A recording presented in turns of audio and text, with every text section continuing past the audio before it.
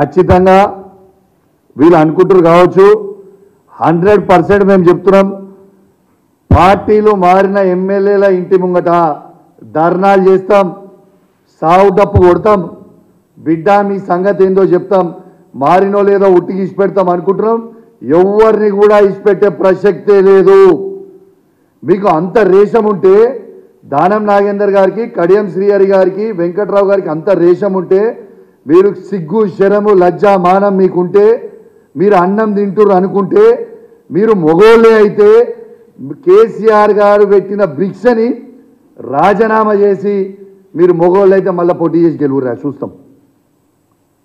అసలు మీరు ఏమనుకుంటారా